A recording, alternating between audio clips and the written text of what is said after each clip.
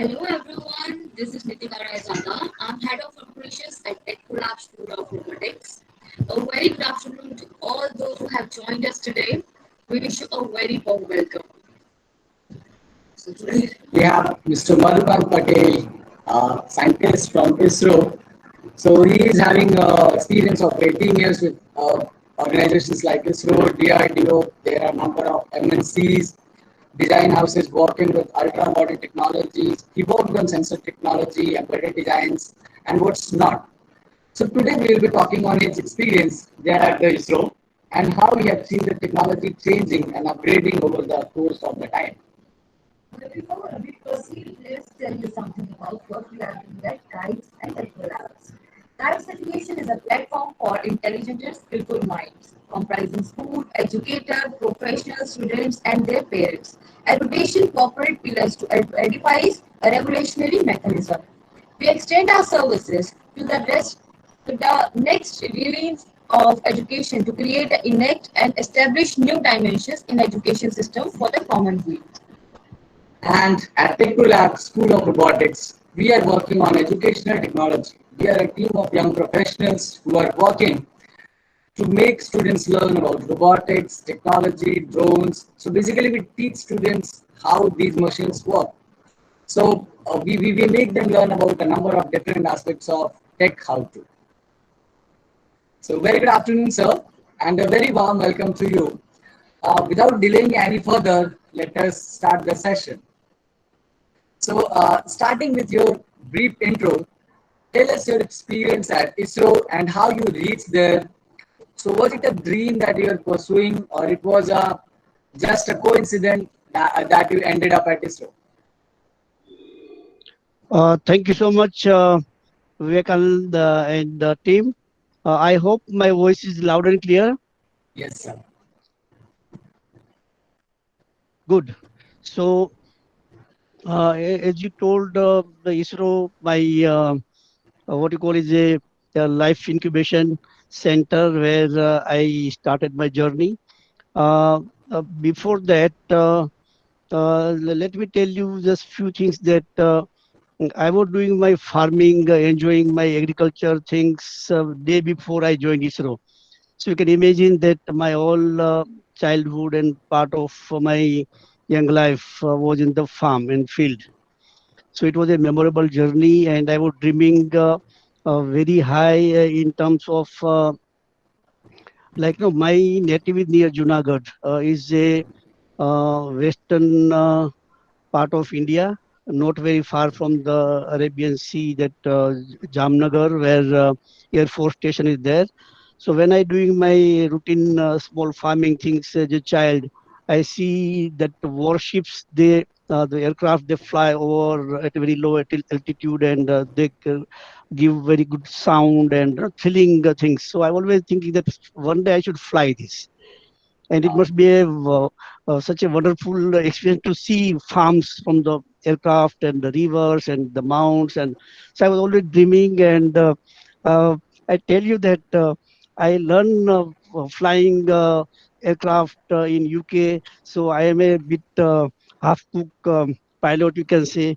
So no, when possibly when we have dreamed that after maybe decades I could really realize it. And this how my journey goes, that I was a very high dreamer since in a village.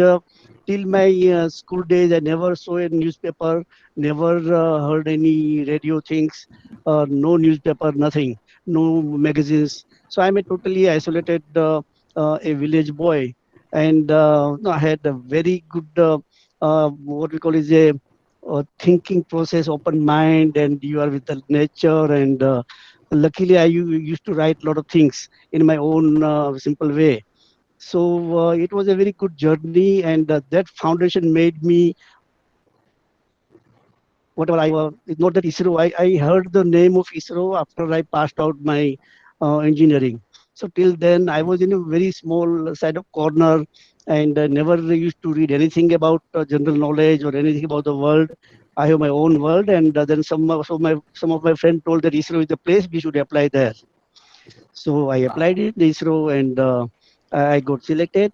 And that point of time, there were very limited opportunities. In 1977, when I am passed out, we have four, five things like the ISRO, then we have Physical Research Laboratory, then like Doordarshan, All India Radio, and the textile research. Very few places you have as an electronic and communication engineer. So I applied at five places, and with the God's grace, I know people are asking that only two vacancies are there, and there are 200 people. So Madhukant, how you feel like? So I always used to tell that yes, one is mine. I don't know who will be the second. So with that confidence, I appeared five interviews and I got all five offers. So maybe that God with me. I never had any fear of anyone who's asking question. I was a very good uh, student in the classroom. I never used to read any extra books or anything else, but whatever I attend the class, I know, I learn. And I keep on asking question to my teacher till I'm satisfied. So possibly that kind of attitude, what I had naturally, helped me to do whatever I am doing now. So even today, I am a reasonably sincere student. I completed my PhD not very late, just recently. So I keep on studying new things which I feel I should know.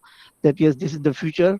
If I don't know that particular technology, then possibly I will be out of scene very soon.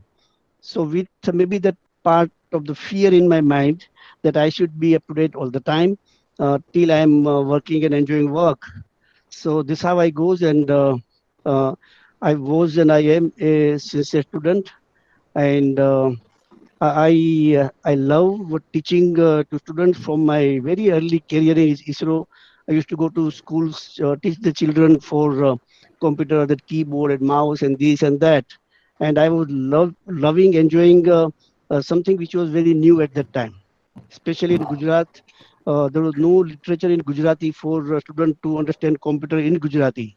So I used to get some books, translate, and luckily NIIT that time they agreed to publish the books in Gujarati, and a few schools which are very well known school in Ahmedabad. I was able to launch the course in the schools, Gujarati schools, with the help of NIIT that time. So I from that day I keep on uh, teaching and enjoying my thought sharing with the students all the time. And even today, I on Sundays I go to certain NGOs, teach students about simple science, and see their curiosity and creativity. So I have a passion from my village days, where I used to interact with people who have the knowledge fearlessly, and that possibly give me enough courage to talk to anybody and everybody in the world. So this how my journey starts with a self confidence and a very blank slate, no biasing of anything, and that particular aspect possibly helped me to really reach where I am. So with this, I'll share my screen, and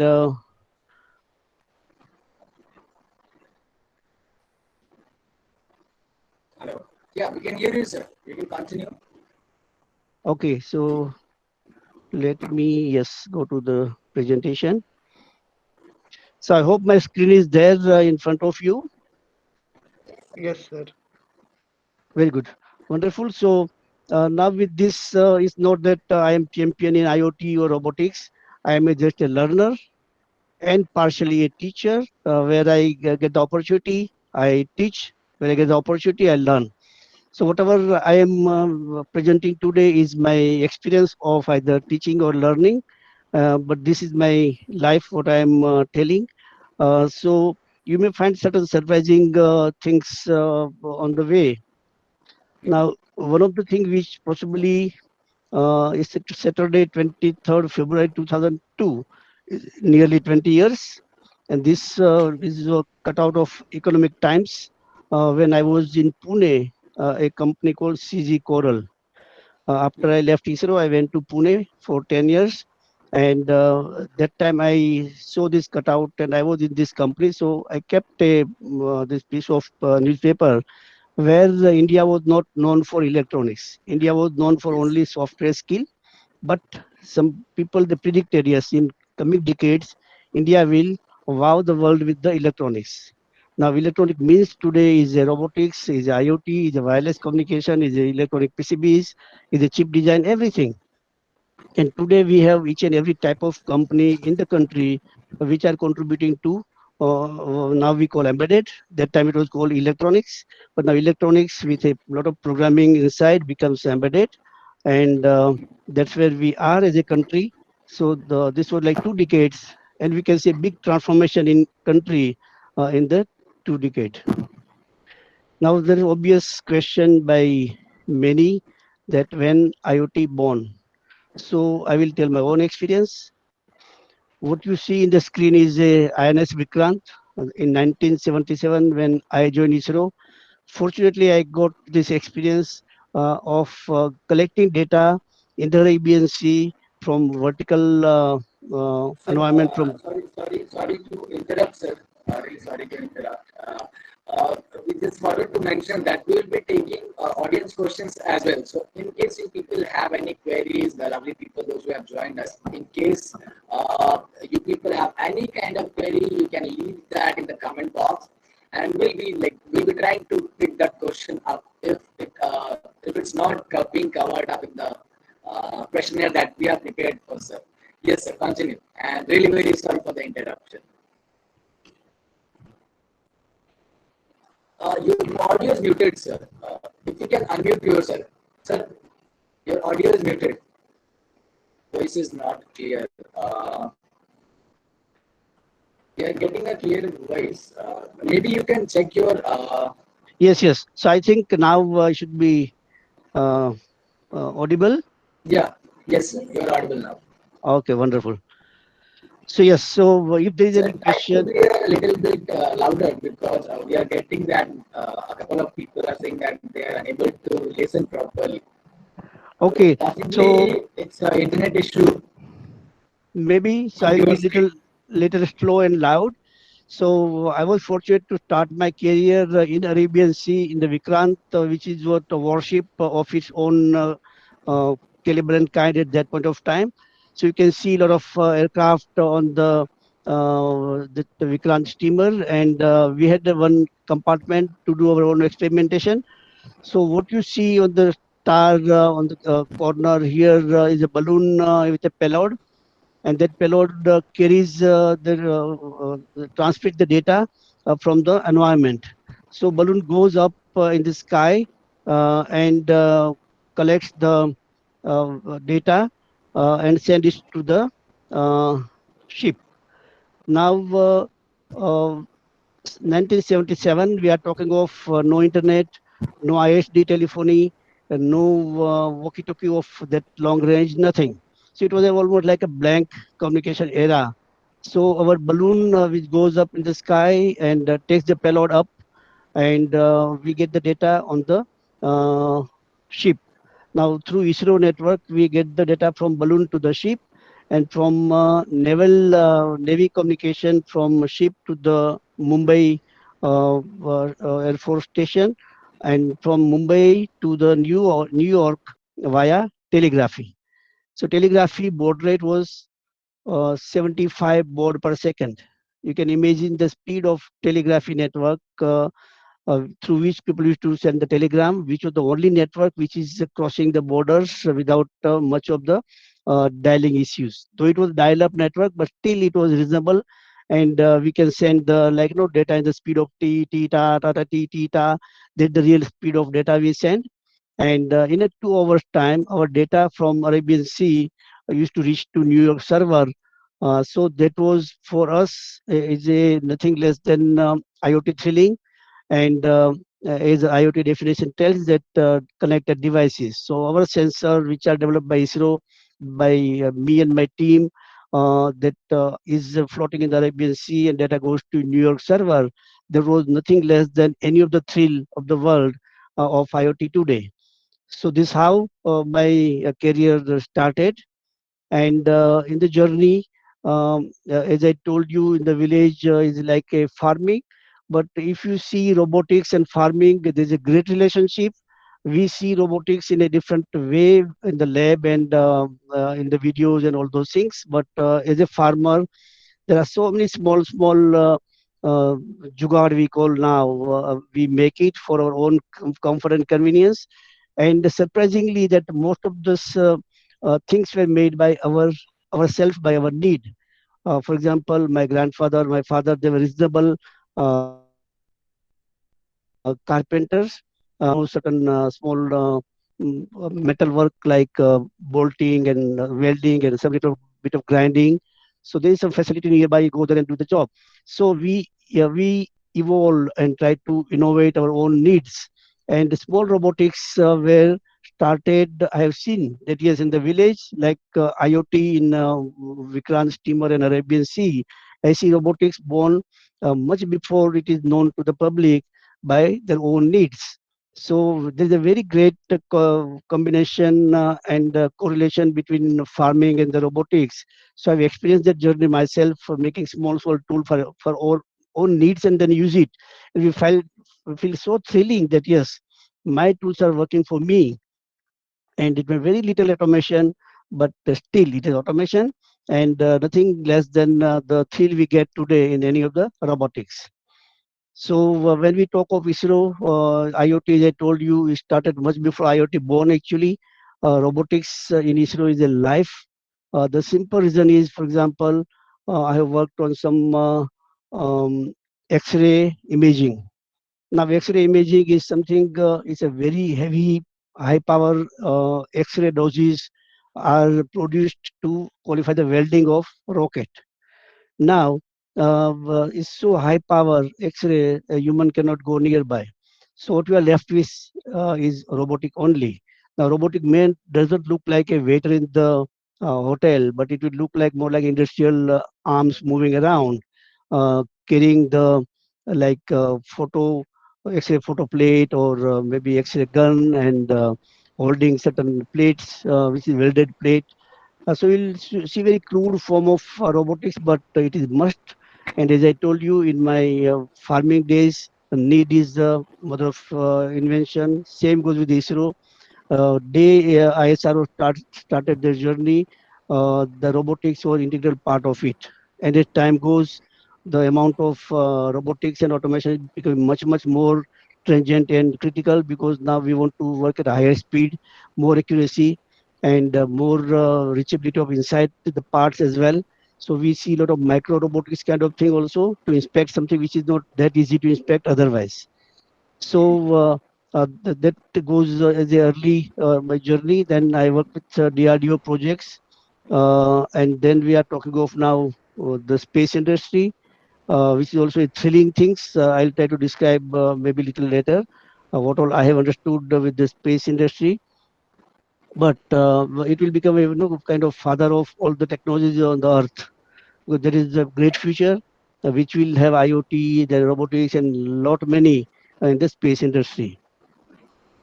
And I have some experience with World Bank as a technical expert for certain projects. So we were taken to a lot of countries in the Europe for certain visits of high data security networks. So I was fortunate to work on such kind of international networks where the data security for commodities, for tradings, for banking, for all those things were evolving. I After I left ISRO, I went to like Pune. I worked in a couple of MNCs called Syntel Telecom, CG Coral, Infochips. Then came back to Gujarat, Sahajan Laser Technology, Jackson, USA. There, they automation my own company. I started in Texas. Now I'm working as a CTO. So during all this journey, what I have seen is a vivid experience. For example, Syntel Telecom is the era of analog to digital communication. CG Coral again is what we call voice loggers and voice recorder in the call centers and lot of things which are of mass communication. Infochips is a chip design company in India, which is one of its kind, where they provide services to companies like Intel, IBM, and a lot of big chip manufacturing companies. Sajan Laser Technologies, the laser machines for almost everything we talk. like diamond cutting, then metal cutting, welding, and lot many others. Great. So And Jackson USA, where I that work was of yes, please. yeah. So that was really like a big awesome experience, and you carry a whole industry inside yourself. So we have a few questions here with us who Yeah, that we like to take forward with you. sure, sure. A question like you have already discussed about how you have seen the technology evolution, and you have already told us about the crazy experiences at DRDO and ISRO, how you have seen starting right away from the weather balloons, and there were no communication satellites of early days of ISRO. So the next question that we have is like, how important is it for schools to introduce a culture of technical learning? So how do you see this? That how much students should be taking this further, or how schools should be taking this further, or they should be implementing technical education or hands-on learning methodology in the education system itself? How important do you see it? Yeah, as you told correctly, when we studied, we never studied a microcontroller. But my first project in ISRO was with multiple microcontroller integration and things like this. So what we used to do is we used to go to college called LD Engineering College in Ahmedabad, attend the classes, learn it. So what I understood is basically we should not stick to the copybook syllabus and traditional things. We need to give enough chance to the students to think freely, and we should have something which is accessible to them. Otherwise, even like no, we have zeal to learn, and we are having the ambitious things to as a parent also, but there is no opportunity, no facility, no avenues. So I believe whatever like you are doing and I am doing my own way with NGOs, we must give infrastructure to the student. Otherwise, they will not able to cope up with the pace is required by industry. When I started my career, the project length was 2 year, 3 year, 4 year, and today in Texan, my project length is 3 week, 4 week, 5 week. So from the years to week is the pace, because the speed of execution has increased, and that is possible only if we have better way and faster way to teach them, expose them in a way they want. Maybe a small niche corner, not necessarily all ocean we need to teach, but whatever like somebody want to say learn only low power wireless device, for example, they should have some platform to learn it. So I strongly believe that either through universities or through traditional schooling or schooling like whatever you and me are doing, if we have some NGOs and certain focused schooling things, hands-on is must. Without hands-on, the fear will build us. I was a bit fearless because I did a lot of hands-on in my own way in the villages. So I found that yes, nothing is impossible. I can do it. So that confidence came in my childhood, in my environment of growing up. But today, if I see in the cities, we don't have such fortunate students to have an environment where they will love to grow their own skill and talent, because for example Python learning doesn't really demand any pre-qualification. Any school children can learn a Python. If I want to integrate a robotic arm with the Python or with my camera, my finger movement, it's very simple by seeing the whole technology today, but unfortunately we don't have such mechanism, machineries and infrastructure where student can go and learn and have the hands-on experience. So I believe it's very much strongly required. In a way, it should be useful for the next level of challenge immediately in the life, because time is going so Yeah. fast. For sure, sir.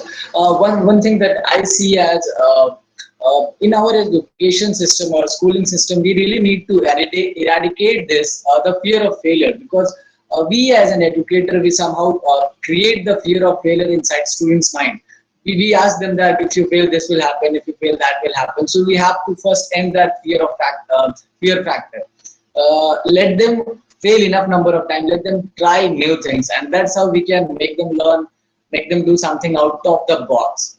So that is very, very necessary, I see, as an educator, because I myself keep on going to different colleges, different schools, and keep interacting with students. And this is what I have observed, that this is something that can be done. And what to say that let the education be open, let them decide what to learn, and let them teach how to learn. Yeah, wonderful. One more thing I'll tell, that the fear factor what we are building in the modern education, it was not there earlier in the village education. Surprisingly, in my Yeah. school, when we used to go to lab, very simple small lab, but now lab is open to the student. I can go and do some gas collection and then put the litmus paper and see how color changes. So my children couldn't really do that by hands-on. They only teacher shows it and then Doordarshan. So you can't do it. You only you see it from the distance. So that was, I think, was something missing drastically. In my schools, where villages, I was able to do some simple chemistry and physics practical. My children couldn't do in the cities of Ahmedabad and Pune. So possibly something we have rather cut it down. We should have more strengthen a lab culture and hands-on culture. Let them fail. Let them burn their finger. But once they burn their finger, they will be much more stronger and confident. So rather than we focus on the theories and racing and all those things, but we went to the side. We should be the first thing. I should be good at lab. I don't care how much marks I'm carrying. What is my strength of marks? It should not really speak much. That It doesn't should, matter actually. yeah. So that's what possibly is missing in our old school level. But possibly people like us can contribute and add to whatever is not possible, because such a huge government machinery, we can't see things change overnight. And Yeah. people like us, we don't have boundary to really define. We can cater the society as and when whatever they need it.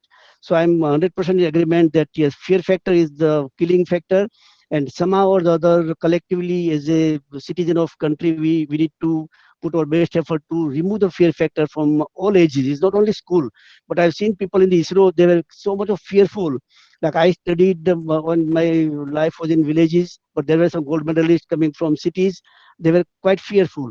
Simple reason was possibly their childhood they have built in the city, and childhood which was built in the village have much more courage. We don't care about the fail or risk or anything. We just do it and things happens. But that doesn't, that same era, we could see the differentiation that people with the gold medal, they were not so successful, while people crazy like me, who have half cooked kind of education and half villager, half maybe city culture, but we had much more better courage. So I think that courage building is something most important, rather than all the soft skill we talk about. We speak like a parrot, or this medium or that medium doesn't really speak much. Yeah. Definitely, Oh, sir. Oh, wow. We are going to learn many more things. So, sir, share a turning point or defining moment in your work as a scientist. yeah, And sure. what suggestion will you give to educators to bring up a culture of young scientists? Sure. I would love to do Because that. we need much more younger scientists. Yeah. See, what I've seen turning points you told about, we call convergence. Now, I have seen several convergence. For example, analog to digital to the VoIP communication. Now, hardly people know today that the analog communication, telephony we had, or even All India Radio, Doordarshan, whatever communication we had was analog, then shifted to digital, and now is a VoIP. Now VoIP means whatever, like we do the YouTube and whatever webinar we are doing now is a VoIP. So all the voice across and video across goes to the common IP network. It doesn't differentiate. I am sending a voice, I am sending a data, I am sending a video, audio. It doesn't care. While in the earlier days, before 3 decades, I have analog channel, I have digital, I have data, I have this, I have that, I have video, I have MPEG network. So there were 10 types of network. We have one type of network which can carry anything and everything. So this is one what I see the convergence in communication, where now everything is a common data. VoIP Then is a great VoIP is a great upgrade actually, which Geo is following, and we have seen a drastic like decrease in the cost of call making. yeah, So for almost, the educators, VoIP is voice over internet protocol. So we really sending data, voice in the form of data packets. and I'll give you like a couple of my own example. For example, my brothers, they are in the village and still doing the farming, but today they'll pick the phone and click that WhatsApp and speak bye. મજા માં છીએ, આજે બરું બરાબર છે, and click it. Now see the VoIP, power of VoIP. It doesn't care you are educated, So non-educated. I have one more crazy experience that I have seen in my village. So for those who don't know me, like I reside in a village in Bihar. So you know how Yeah, Dehati we Bihari people are. So just beside when I somehow sometimes go to play cricket in village, and I see very young students, not students basically, somebody is feeding their cattle and they are like clicking over the mic button on YouTube and calling Pawan Singh ka Bhojpuri Gana. And Ah, so I really feel like technology is doing the work it's been created for. So it has to technology is something that can be utilized by everybody and anybody, irrespective of what their educational qualification. Because if I am well qualified or well educated, technology is going to be good for me. But what if I am a uneducated person? What if I don't know the technology? So that is what I count as best of technology when everybody can use it. true, very true. Right? Dr. Sarabhai used to tell that the ultimate technology of the world, like the space technology and the satellite technology and the rocket missile technology, should be for the common man. Now, I will give you Yeah. example of Dr. Sarabhai's dream. All of us, we know Amul. Very few of Yep. us know Amul and ISRO relationship. Now, Dr. Kurian is a animal husbandry, and Dr. Sarabhai is a space scientist. Both them they met together in Anand in Gujarat, and they told that let's transform the villages, let's transform the rural with the best technology available. So what Dr. Sarabhai did, they established a television transmitter first in the Gujarat in a Kheda district, which is a village, almost village. And all the villages around, they used to have the television sets in the Choraha and the dairies, and then they educated people to have cattle farming, then the trading and cooperative society, this and that. And today, see Amul, every country I have gone, or half of the world, like Turkey, I go Amul parlor. I go China, Amul parlor. I go to any part of the Europe, Amul parlor. So that Amul is a like a small village in Gujarat in the Anand, and ultimate technology they used at that point of time, satellite technology, satellite communication, then social resource, social scientists. So there's a transformation.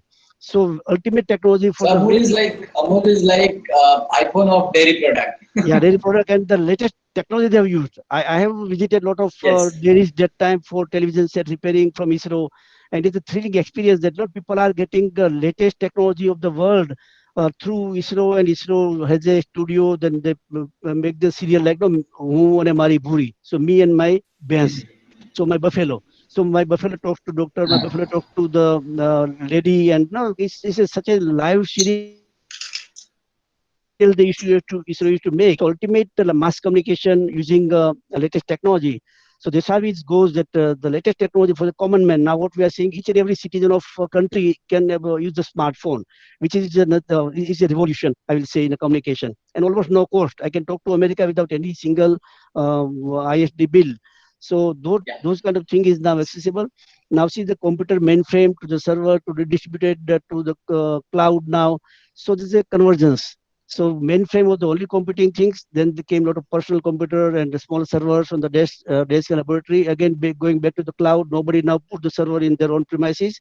So is a Yes. multiple like analog, digital, VoIP, same thing like now the mainframe, then the servers, desktop, then our own local network and the cloud computing. So now cloud is becoming common platform. Everybody and anybody uses it knowingly or unknowingly. There's no citizen on the earth they don't use cloud.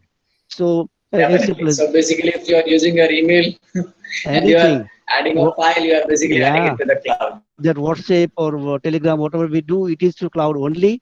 And then IoT is own way to like connected devices is already changed the world. We will come to know little later that what is the power of IoT for mankind and for our day-to-day affairs.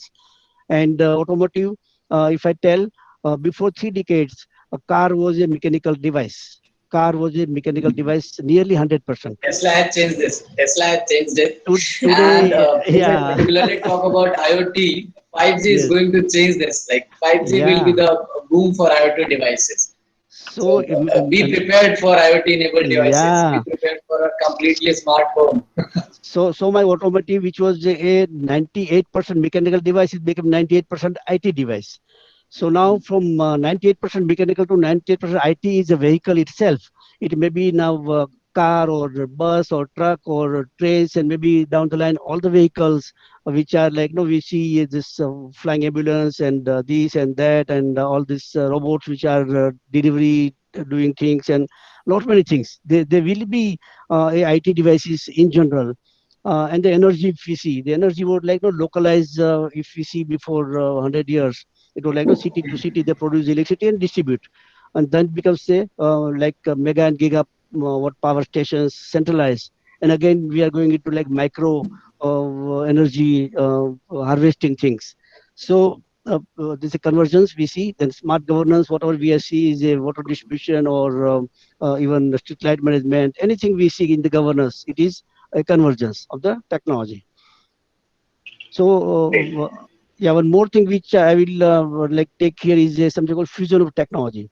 Now, what fusion is, for example, if we see after 2-3 decades that electronics or software or VLSI or communication wired, wireless is an integral part of the system. You will not be able to differentiate now in a particular gadget. What is electronics? What is robotics? What is AI? What is ML? What is cloud? What is wireless? Nothing. We see as a device only. Nobody will care what discipline it has inside, material science or nanoscience. It doesn't matter. So it will be fusion. Now fusion is a strength. Dr. Sarabhai used to tell that fusion brings the energy. So now energy in terms of usability, in terms of cost, in terms of safety, in terms of lot of things, if fusion brings the power of any sort. So fusion of all the technology together will be like a devices. We call it as a device. Today we see like a oxygen meter. We don't care is it electronics or is it software or is it optics or nobody want to know even. They say that my oxygen is 98%. I'm very happy. My pulse rate is 72. I'm very happy. That's it. So those are the things which are going to take a fusion shape. So we'll not be able to differentiate robotic part of it inside and then AI part, ML part is just a technology. So this is what the fusion is going to take over, and that's what we need to teach to the young student that yes, the fusion will take you to the root of technologies where you should be knowing only one is enough for you. Don't really worry about the world. If you know some small things, good enough to take your career forward. So like smart Okay. education, we So, see. So like what you have the labs of the robotics, and today suppose I want to learn through your lab at my sitting at my place, because today if we see maybe 3 abaj, 100 crore is 1 abaj, we call it Gujarati. So 300 uh, crore students are sitting at home today. So it's a massive, massive loss to the humankind. That is 1 year went and nobody has gone to school or colleges, and our laboratories are, even we have whatever laboratories, they are useless. And I want to take it the next generation. That laboratory can be any place. I should be able to use it my own way, at my own convenient time, my own convenient place. If that is the culture we can definitely, transfer. sir. So that is need for you and me today, that my laboratory, my robotics, my electronics should be accessible to everyone at their home. And then only we can really kill the fear what we are really fearing about. Otherwise, we'll just talk about and time is running away. And such a precious era of technology is silent globally because our schools are locked, our universities are locked, our transportations are locked, our international or whatever travel are locked, and we are having no connection. Though we call it connected devices, but they are just connected. But in terms of learning, in terms of education, we are still highly defragmented, and we are not able to really use the best what we could avail and use it. So But this pandemic has taught us numerous ways. Like I mean, I can say that finally we are enjoying the technology. Like, it has yeah, made us really lazy. We are sitting at our home. Basically, I have set up my complete lab inside my house itself. I'm working on a humanoid project, and I am having plenty of 3D printers set up at my home. We have been connected to people like you. We have been connected to number of educators. So I think that this is the high time, and we as an educator, we should be coming forward and true. making students really understand that. Just forget about the formal education. Education is mandatory, but technology is changing very every day. So just forget about getting more and more marks. Let not fall into the rat race of getting marks, getting good jobs. Let us create a future which we will be needing. Elon Musk is leading from the front. Then there is Bill Gates, and there is Zuckerberg. We have plenty of examples. We have Yeah. plenty of examples of such people. So keeping this ahead, like how efficient do you find our education system in terms of practical learning? So to be specific, I'll be talking about technologies like robotics, artificial intelligence, drones, and similar. So how do you True. see that? How efficient are our schools in providing some kind of such kind of educations? Because I I, have personally witnessed a couple of schools, those who are mm, having the material, they are having the labs, they are not looking forward to get any person on board that can really teach students about all these technologies.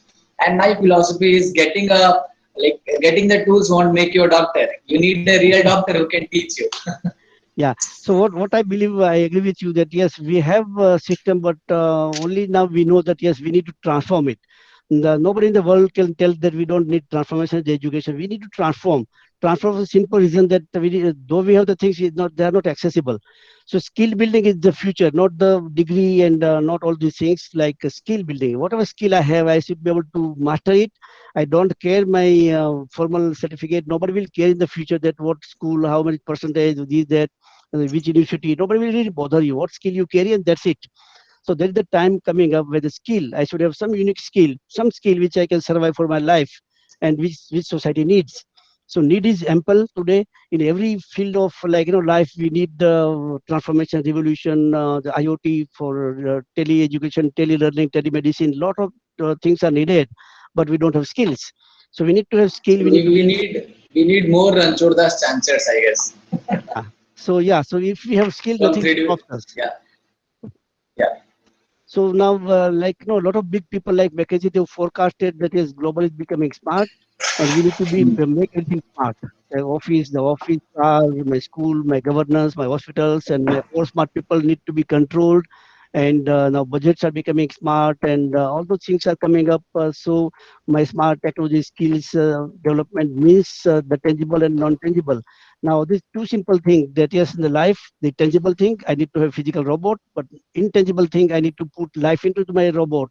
So if I have a small robot into your lab and I can put my life by good Python programming and make that robot move in your lab, I have done my job. I don't need that robot arm in my home and I should really able to worry about it. I should be able to move it in the way I want. Doctor want to move the robot arm for surgery or farmer want to move it to for some other operation, then my factory needs my arm to move for other purposes. If I can move the arm with my software, I have done it. That is the intangible part of it. So this is 98% is intangible in the technology. So tangible things, let it be in the lab, your lab, this XYZ lab doesn't matter. What matters is my intangible effort to really move that arm in a way I want. So this what something is needed for the future, and that's what I mean is a skill. So my lab can be anywhere in the world. Like today, we can talk from the village to anywhere by WhatsApp and all those things. Same thing, my lab may be distributed anywhere. I don't care. What I need to do is I should be able to move those things, those actions, those data collections, those data I need, and then I should be able to process it in a way I want. I should be control the devices where I want. I don't need physical device in at my home or at my school or at my village. I need somewhere which is accessible. So as simple as that. That's what the philosophy goes, and is a lot of thing like smart technology automation means it is all EC, all the skills we are talking of. That means all a bright future for all of us as an Indian if we are in the game. So biggest part is we should be in the game. If we are not in the game, then all thing will happen by its own way and we are just watching it. So to be in Definitely, the sir. I believe in this philosophy a lot. Like just be in the game, and yeah, like, that is the only way you can ensure that you are going to win. Just be in the game. true. So that was strongly believed by all these big giants who are doing the surveys internationally. They forecast the future of this technology, and these people like McKinsey tell that this revolution of robotics and IoT will take over exponentially for the 2 3 decades, which is a revolutionary thing in the world is happening, and we all of us are fortunate to be part of it, and our duty to make it more accessible to all the needy people, and that's what the real obligation we can offer to the society. And if we see little journey in your robotics things, 1784 to today, we are talking industry 4.0. So what is changed is the mechanical thing came in the world, then electric added, then electronics added, today cyber power is added. So this took about 250 years or around that. and the robotic is getting mature every day. So it's now 250 years. We are talking of the revolution in a small way or the other.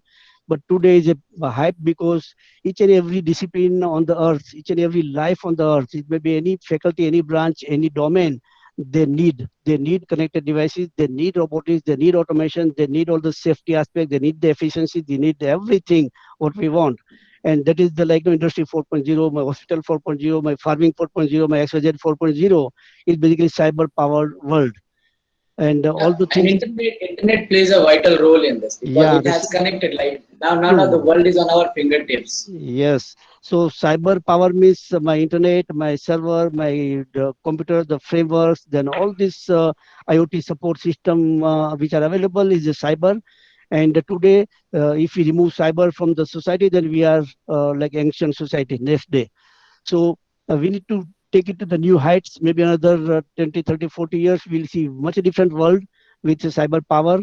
And on the cyber, we have machine learning and AI will really make cyber very, very strong compared to what we have today. And we are lucky enough to get the data live on our fingertip, and that will mainly make the cyber power more stronger because data is already available now. We need to use the data for meaningful purposes and train our devices, train our robots, train our all automated system to work its own way. So let the laborious work done by the machines, and we can, as a human, do some more, much more intelligent work which society needs for today and tomorrow. So, sir, as you already told us about different technologies. So, regarding the use of technology in education, are there any particular technologies you feel excited about? Yeah, my excitement goes to the sensor technology. All 44 years I'm into sensor technology. So any sensor today, So people this want. is something that makes machines smart actually. Yeah, Sensors because are the sense organs of machines. yeah. Let's say that your robotic arm move around. Now see, I add my sensor power. For example, I have picked up this glass. Now, what is the weight? What is the temperature? What is the fume coming out? What is the taste coming out? What is the smell coming out? What is the momentum, mass, this, that, the safety, all those things. If I can sense it, my robotic arm becomes much more smarter. So Definitely, and bionic hands are like one of my friend is working on a bionic arm, and they're implementing all these technologies. So they're building muscle controlled bionic arms for those who don't have hands basically. Yeah, due to any accident, the hands got chopped up anything because of any accident. So the arms that they are building have been embedded with a number of different sensors. Like they can like when they're picking up the glass or when they're picking up an egg, the arm itself can control that how hard the grip should be. true. And this is very important. Yeah, my momentum, my mass movement, my safety of movement, lot of things will remain on the sensor. So sensor will be in the human body, sensor will be in the robotic arm, sensor will be in our day-to-day life. This is one sensor you are seeing is a basically vibration sensor for a big machines for the machine safety. So now our car has more than 100 sensors. So each and every device has to become smart with the sensor as a fundamental thing. And I believe is a infinite opportunity of sensor technology, which are not very, very difficult, which is need-based, which demands my nanomaterial, nanoparticle, then biomaterial, then my pathological material, and all the world of the material together will make the sensors. So sensor is not a magic, is a magical mixing of different materials and bring them. Like we are working on the biosensors now. Biosensors for detecting protein, detecting bacteria, detecting virus, detecting all lot of small things, the smell, the taste. So we call e-tongue, we call e-nose. So the ample of such opportunity in the sensor technology itself, which make things smarter. And the same way for the actuator. I have sensor, I have actuator. So if I have 1 million types of sensor, I have 1 million types of actuator because they need to take the action. For example, I have a smart tablet. It's a bundle of sensors. I swallow it and tablet will remain in my stomach. I have seen the project in Ahmedabad itself, one company is doing. So my tablet remains in my stomach and based on the need, it will dispense the medicine. Now, dispensing is like a micro pumping. I need a actuator. I need to a sensor. So the actuator is a counterpart of the sensor, which need to act based on the needs. So, for example, if we see like the rose flower leaf, we see millions of cantilever. The cantilever moves for action, and we never see the rows dirty because that small fibers, which are in millions, they actually do the action and then throw away the dirt. So those kind of actuators are being now produced for different purposes, which will give real feel of life that yes, I need to act upon after sensing it. If I cannot act, then possibly sensing has no much of the meaning. For example, my bridge or tower, I need to see the vibration. And if there's a vibration, I need to control it. It's not that only sensing the vibration, I'm happy. Doesn't do much if I cannot really control it. So, for example, if my bridge has a little awkward vibration, I stop the traffic first. I get the data analysis and then see yes, this particular pillar needs a maintenance or there is something else I think wrong, something got corroded. I cure it and then make the bridge operational again, for example. That's what the sensor and actuator work on a two side of the Basically, world. the fail safe. Yeah, We say the fail safe in terms of technology. true. Like now, the connected car is much more safer car now. The bridge, the road conditions, the Yes. towers, all our machinery, robotic arms should be like safe. For example, my arm is moving its own way and something human trucks and there's accident. We should have the sensors and actuator to avoid the accident. So those things are going to come in all the walks of life. So we need to work very strongly on the actuator part and sensor part, which is a huge need and which is immediate need. So as a They should be implemented right away in schools. Actually, at some point, students should be knowing about it. That this kind of technology exists. The basic problem is that students don't have the exposure. true. So we should be keeping it up to them. The basic point should that we should be introducing these things to them, because when computer came in for the first time, everybody said that computers will kill the job. Now we know that computers have never killed the jobs. They have given number of more opportunities. Yeah. Only the unskilled labor is now not needed, or you can say that have been degraded. But computers have somehow made this world a better place to live. True, So and the we are skill all carrying a computer in our pocket. rather than the laborious society will make the more intelligent society, because now those people who are not able to do the work as a labor work, they will do more smart work. They will have some more skill they will add into their career and they'll become more smarter. So there will be need of always the brains, the natural brains. The technology will not take away the brains for sure. Great. And So what we we are are seeing is, yeah, the healthcare, what we are seeing is plenty of sensors we put into this healthcare thing and make more and more smarter. So there's n number of examples I can give where we work on a different domain with the sensors, with the technology, with AI, with the ML, with all parking. And my most dear thing is like soil moisture and soil fertility sensors I have designed for a smart farming. So it can detect the pH and fertility and moisture and even some bacterial activities, solar powered and IoT network connected.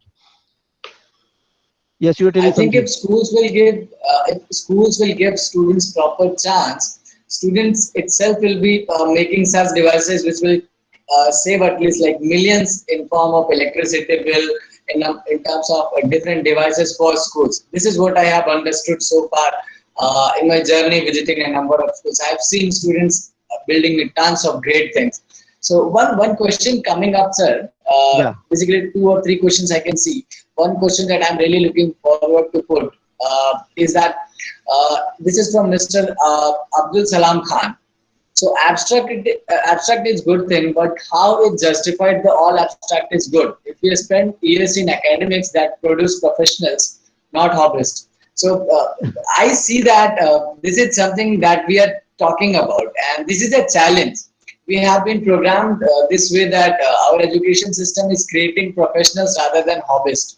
So please take up this question, sir. Yeah, I 100% agree because we have great professionals, great professors, great innovator in the laboratory. And if we see the PhD, the grants which are seeing, which are created plenty every year, but if you see real usefulness, they are junk. So the talent, which is extraordinary talent in the universities and the schools, and if the real need in the life, there is hardly any connectivity. And that bridge can be students only. Professors themselves cannot go to farm and work and on the site and work, but they can always make the student hungry. So making student hungry through those professionals, which is most important, which is not happening in our society. It's unfortunate that we are not making our generation hungry. If you can make it, they'll run away. They know how to run. They want to earn money. They want to earn credit. They want to earn confidence. They want to learn technology. All of them they want to do. Only we need to shape them. Dr. Sarabhai used to tell, Dr. Kalam used to tell that yes, youth has a infinite energy. Youth has a striking power. Our role is to make them strike where is needed by the society. A wonderful technocrat can become Bin Laden, or that we can become a Dr. Baba. The same skill is Yeah. required. The skill is same. Yes, sir. Dr. Baba's and Laden's Definitely. skill doesn't differ. It's unfortunate that the striking power goes to somewhere else, which is the wrong place. And that is the role of the professor, the university, the school, and people like us who are into somewhere or the academics, where we need to make them hungry. Hungry in the right corner of the world. Yes, you should be hungry for this, and then there's a future there. I think if we do that, then they have the willpower, they have the striking power, they have the running power, they have all the powers of the world. But it's we who need to make them hungry. Great. That's really great. So, so Yeah. are your method generally accepted? Are they unusual or new? What will you suggest to students in case their innovative ideas are being rejected? This is a major challenge that our education system is seeing uh, in today's generation. You can say that we are running away from failure. The moment somebody is rejecting us, we are seeing it as a total failure in life. So, how you have seen this at ISRO? Because I'm 100% sure that not all of your ideas have been accepted there as well. Right. I will give my latest experience. I started my startup company called Rev Soils. Now, Rev Soils, I made the sensor, this ultimate sensor, and So, there is a a startup at this age, sir. yeah, startup at PDPU, IIC, one of the best university in Gujarat. PD Pandit Dindayal University, and there were like a 20 lakh aid given generally for the innovators. I thought, let me innovate for the next generation, and they'll take the forward. What I did is I pitched a soil fertility sensor, and there is a government scrutiny committee. I went there. That committee, they made fun of me that yes, it's impossible to measure the fertility. There is no science available. This, sir, there is no science available. That's what I am creating. I am putting my 44 years of my experience into that to create the science which is not there. No, it's a humbug. It's a useless thing. Better you do something else and let it be left for the future. And मेरे पर उतार के पार दिया वहाँ गिरा दिया मुझे. So अगर मेरा इतना एक्सपीरियंस के बाद भी वो सामने कमेटी मुझे बिठा देती है तो वो बच्चों की तो कौन सुनने वाला है. तो ये दुर्भाग्य है कि जो अपने जो ब्यूरोक्रेट है अपने डिसीजन मेकर है वो बहरे पे अंधे है गूंगे है वो पागल है वो एक तरीके के टेररिस्ट है. कई बार मैं सोचता हूँ कि जब पे मैं जब तब उसको दिखाया मैंने next time I went for more preparation I showed the live thing that this is your soil and this is my sensor and you see the result in front of you. I'm adding some more fertility and you see it on big screen of yours. He said no, I can't trust. It's only that you do so hairy and you are trying to impress me, but it's not possible. Now, see, I thought, why I'm wasting my time on that? I thought that 20 lakh is more dear to me. My more dear is the transformation in the agriculture and the revolution in the smart farming. But if I am finding the resistance with the bureaucracy, I am sure of that each student of like country, they have extra brilliant ideas. Even the idea may be useless, I say let them explore, let them fail. But we should nurture the idea and take to either success or failure. I don't think failure is a name, any name. Is a next journey, next step. If I don't complete the journey today, I will take it further and complete it. So failure is not a full stop. It is maybe just a comma in the life. So we should allow them to do whatever they want to do, good or bad. Time will decide, and their hunger and the opportunity decide. But nothing like failure in the life. We need to give chance, and that is not given to the students. And I personally give a lot of support to the student who have idea, and I am telling you and all the audience also. Anybody has some bright idea, just throw it. I'll put my best effort to make it realize. So because those are the students are the people. This is the future of the country. If we don't really push them in the right direction, then who will do it? We Yeah, can't. true. So basically, we need to learn to celebrate their failure and to guide them in a proper manner. That okay, when you have failed in doing something, you have not failed totally. So like this is my fifth year in a startup journey. I have understood Yeah, tons of number of things, and I still think that what I was doing a couple of years before, it was not meant to be done. And I sometimes feel that I should not be doing that. Why I did that? So it happens, and we need to yeah. learn it. We need to fail a number of times, and that is True. how that is the only way we can learn. Because we have to break the So trend. We have to break the trend, and once we are behind it, someday it will happen. People will realize that yes, we need to transform our thought process. What you are seeing the screen is one of the, like, we call it robotics for defense. So you will see some robotic vehicle, and real vehicle is a mix of, like, from individual to the helmet to the armament to the robotic vehicle to the real vehicle and the control systems for the defense traceability of their assets, their vehicle, and their soldiers. So this gives we did one project for like a design project for defense via some company, and you can see the connected world for a very novel cause where we want our soldiers, our brain behind the soldiers, then infrastructure behind them should be connected. So all the things which are there on the fleet, the food, the resource, their emergency communication, everything is taken care by such a network. So we designed this for a particular purpose in the recent past. One more project which I designed for a particular company in Doha is a gas field. This 7 kilometer wide by 3 kilometer long. You are seeing the people entering into the gas plant when the duty starts, and all our things were for safety of these people. Because it is such a gas plant, there are a lot of casualty, accident, and the missing gas people leaks. happen. So it's a gas field, and now there will be siren buzzing. People are working on their own way, and now there is a siren up. So all of them, they will try to rush to the nearby safe place. So safe place are the environment where they go, and they are more safe.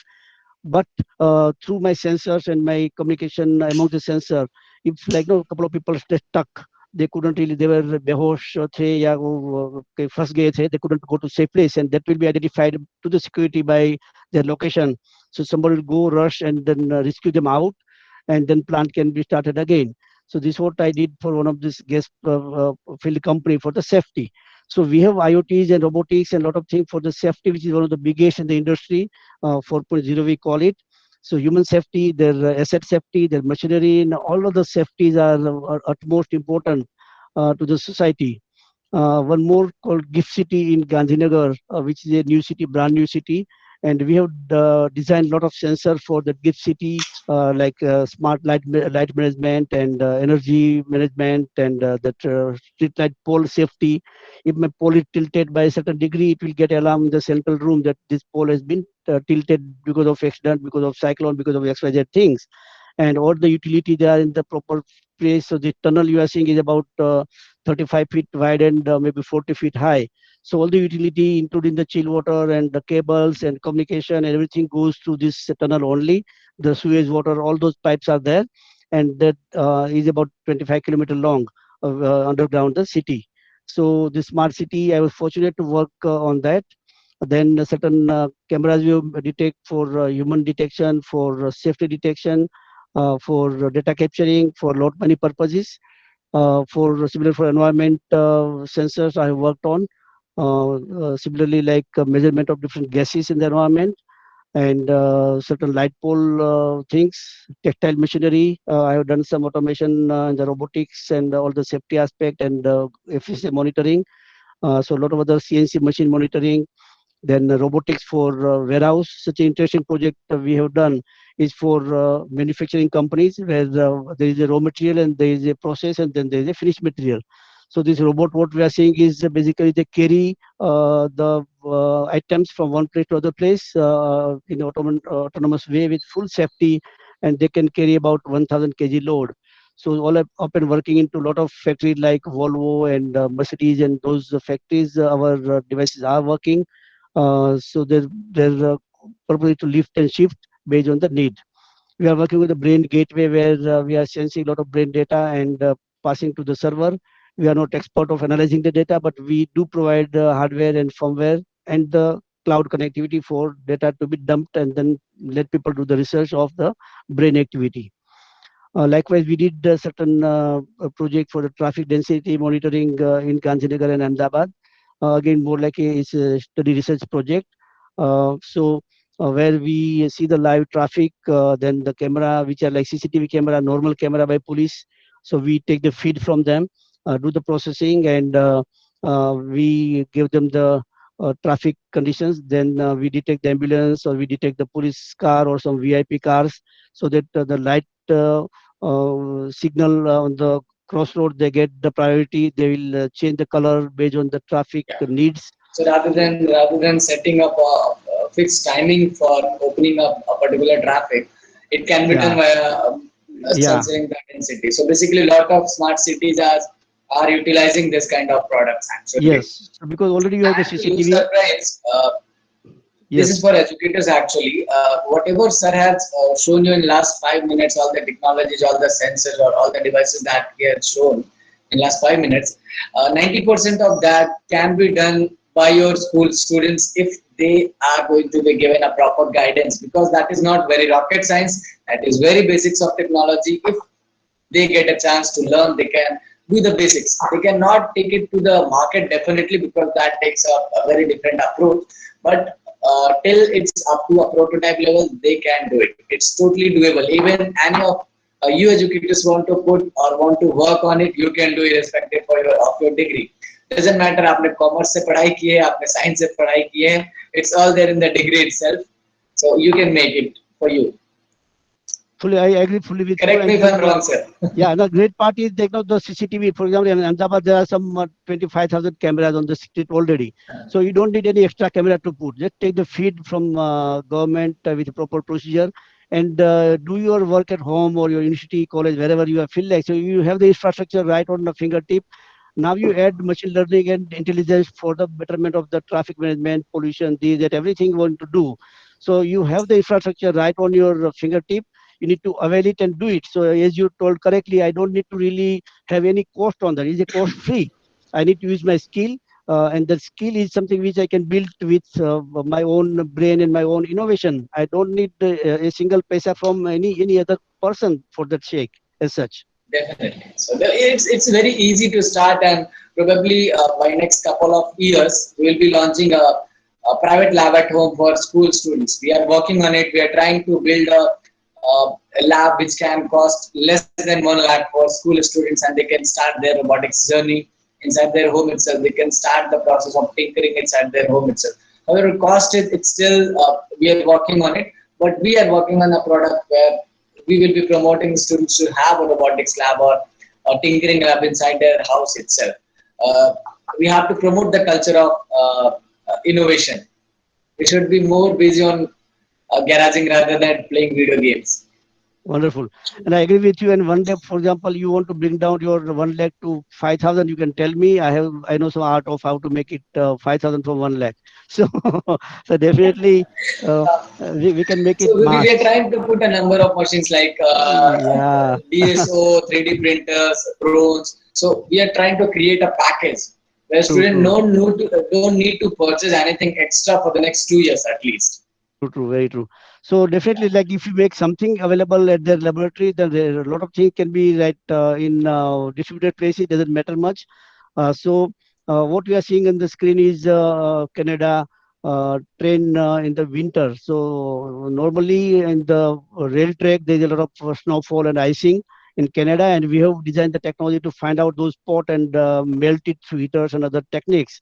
So it's a up and working project to say 2 3 years, and we monitor them day and night. Our clients, they have their own server to monitor, and this is how it's real life, where the trains are otherwise stuck in the snow and icing, and they don't move for hours.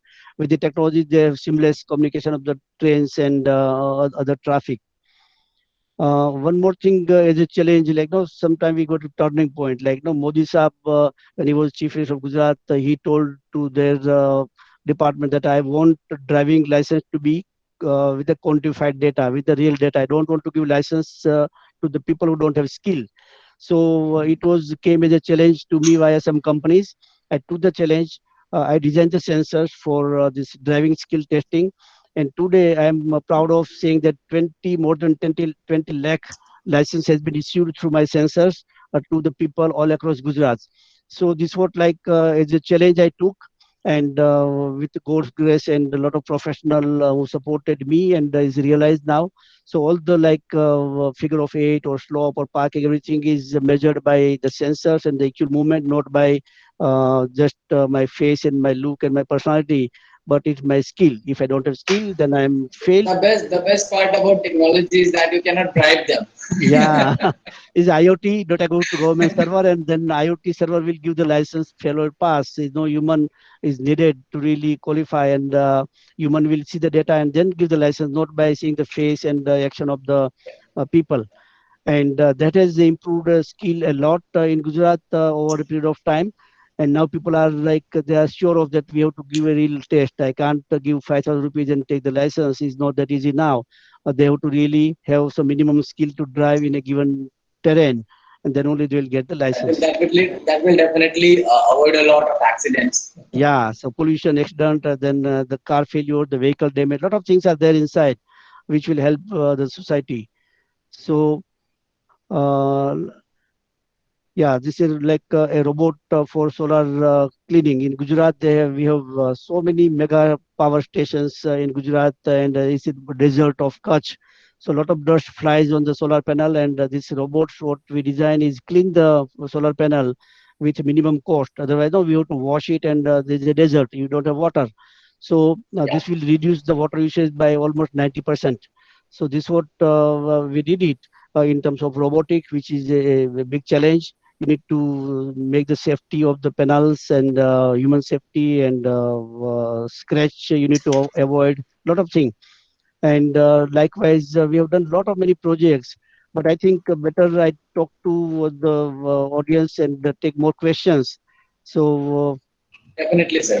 Because like we have witnessed all these technologies when you have given a visit at your facility there at Ahmedabad, and I'll really appreciate if like anybody want to have a look at Texans facility. They have great facility. You can visit anytime there, and you can see how machines are really working smartly with humans. So all those who have a question that will AI going to kill us or robotics going to kill the jobs, no, they are simply going to make us more innovative. They are going to make our lives more easier. So I guess that was a really fruitful session, and I'm very sure that people are now looking forward to uh, have an end to it. So any question from your side, from the audience? Any questions?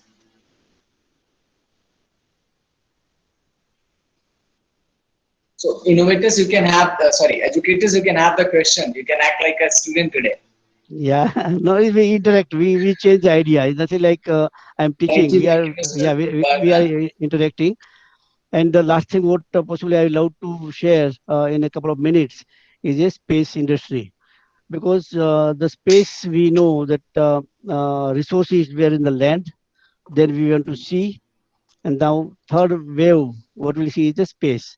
If I see resource on land is X, for example, resource on the sea is 100X, and resource on the space is 1000X, with a very rough calculation. So this is the kind of opportunity we have. The resource basically we go for the resource, and resource. For example, we have studied the periodic table like hydrogen, helium, lithium, boron, carbon, etc.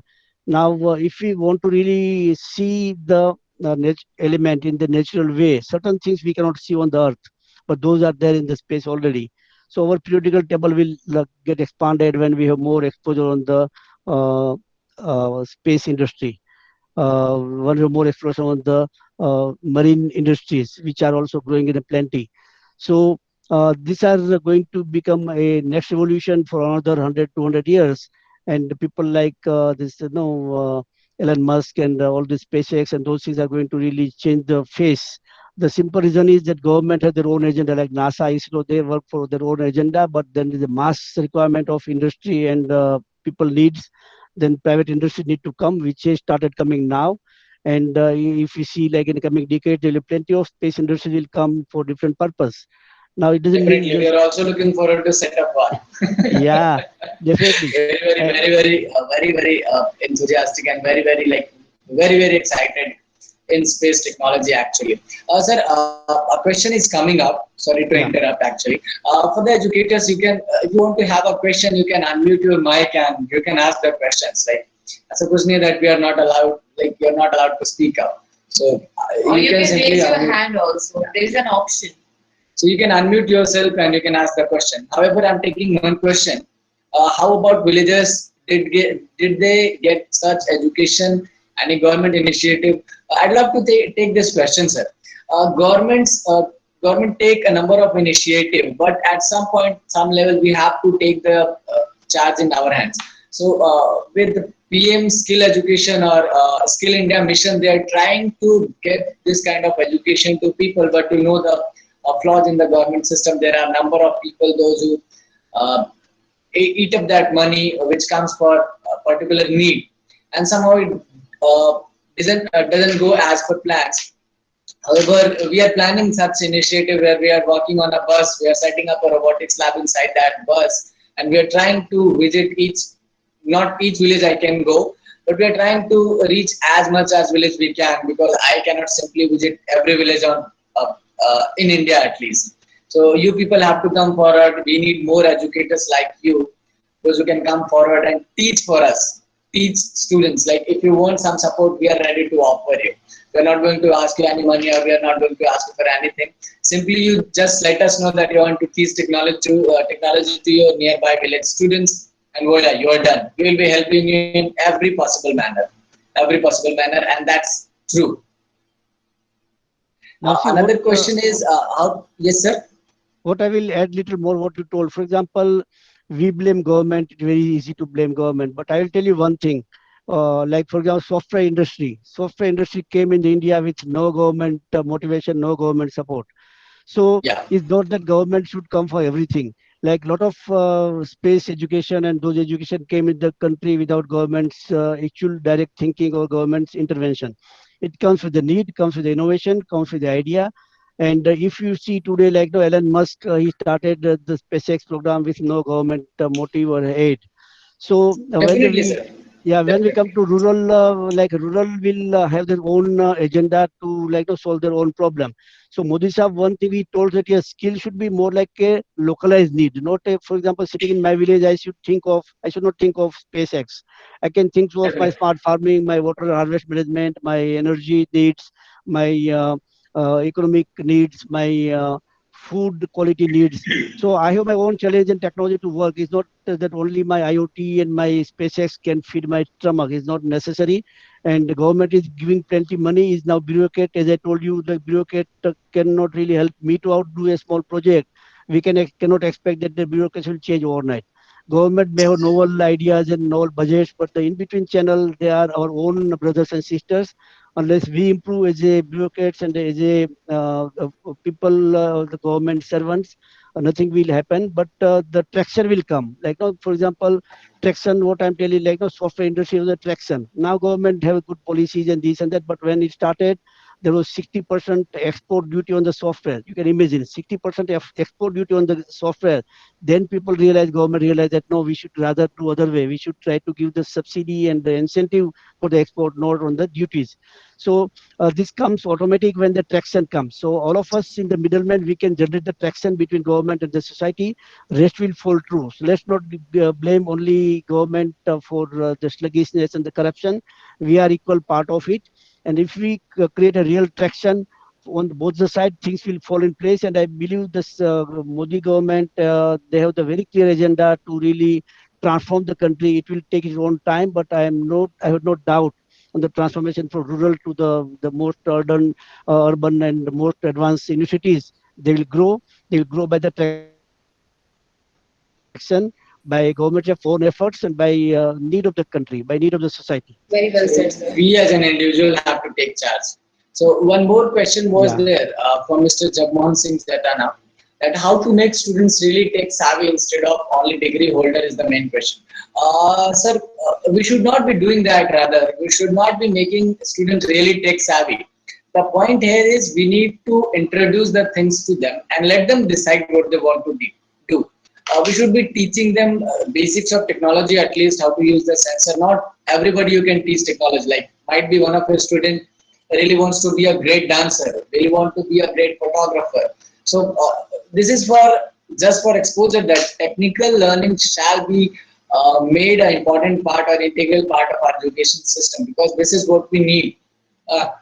90% of the times, every time you go out in the industry, technology is there. Be it as a teacher, be it a doctor, be it an engineer, anybody, like everybody is looking forward to have or should to like have to have some kind of technical knowledge at this particular point of time, because knowing technology is a great thing at this particular point of time. Yeah, Dr. Ashok Gupta wants to have something. Yes, sir. You can unmute yourself and ask your query. I was not expecting this session to be so long, but thanks to these educators, they are like awesome, Yeah. awesome listeners. Yes, sir. Dr. Ashok. Ashok, sir, you want to have a query or ask something? You can unmute your mic. No, sir. No any doubts. Okay. Actually, So not we worry. have raised your hands actually. I'll add a little more to what you told, Vivek, that we make to really skill-based society, skill-based education rather than the certificate-based education. So skill is something which is needed by the society, and skill is something which can be excited to the student to do their own innovation and select their own path. So our role is to make them hungry and hungry for the skills and expose them to real problems of the society. So if we know real problems of the society, the skill will map with the society, and it will be all like, the commercial things will fall in place, all the industrial things will fall in place, all the policies will fall in place, because it's eco cycle. I have a need in the society, I have the talent in the society. And there's a journey in between which will be automatically get harnessed as time goes. So I think let's be hopeful of talent come forward and show their eagerness, and let all of us educate them for the coming needs of the society, and we make our skill-based society of the education, where I think things will be very balanced society in time to come. Great. So, sir, that was all from our side. Thank you, sir, for all your guidance, and we will keep remembering you every time we need some support from teachers as well as any of educator or any of the student. So, and there is also an update for the educators who have joined with us, right? So, right after the sessions, we'll be sending you a feedback form, and we will we request you to please fill up that feedback form so that we can come with something better every time, because you are educator and we really need to learn from you people. So this will be a request from our side to take that feedback. Also, we'll be issuing participation certificate to all those who will be taking the feedback session. One question was there that if we get some IT education promotion ideas, how we can connect with you and the resource person. So you can connect to Kites team. You can connect me on my personal email, which is vivek@techprolabs.com. I'm mentioning this in the chat box. Also, you can invite me to talk to your students in your school, not directly, we can definitely not for next 1 year at least. So I'm ready to take a virtual session with your school students. I know technology a lot. I have got Young Innovation Awards 2017. I'm working on robotics. For last 6 to 7 years now, I have built drones. I have helped people in people's and government in terms of disaster management actually. So a number of things that we have done in terms of technology. So you can surely invite me to talk to your students in your school any point of time. You just need to drop me a mail, and we request you to please take up the feedback form so that we can give the best kind of information to you for the next time, and we can be prepared in a lot better manner. So thank you, sir. Thank you all the educators. So this is me and Nitika signing off. Thank you. Thank you. I have wonderful experience with all of you. So see you soon. Thank you so much. Thank you, Thank sir. you. Thank you all.